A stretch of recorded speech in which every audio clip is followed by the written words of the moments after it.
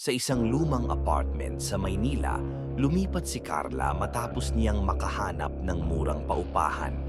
Tahimik ang lugar, ngunit may kakaibang bigat sa hangin, tila may bumubulong sa dingding tuwing gabi.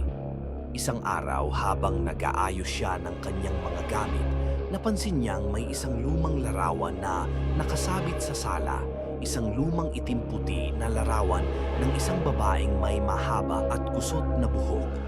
Malalim ang titig nito, parang sumusunod sa kanya saan man siya magpunta. Nang tanungin niya ang may-ari ng apartment tungkol dito, sagot ng matanda, "Huwag mo yang gagalawin, Hija. Nariyan na yan bago pa ako lumipat." Isang gabi, hindi na niya matiis ang kilabot na dulot ng larawan. Tinanggal niya ito sa dingding at itinago sa aparador. Ngunit paggising niya, muling nakasabit ito sa dati nitong pwesto.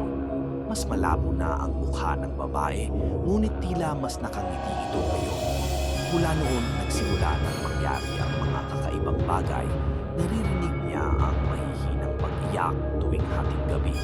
Bumubukas ang mga ilaw ng pusa at minsan ay may aninong lumalabas sa sulok ng kanyang paligid.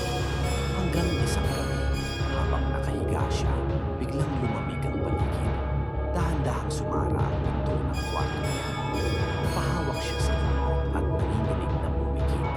Doon niya narinig ang isang bulong sa tabi ng kanyang tenga. "Ibabalik mo ba ako sa dingding?"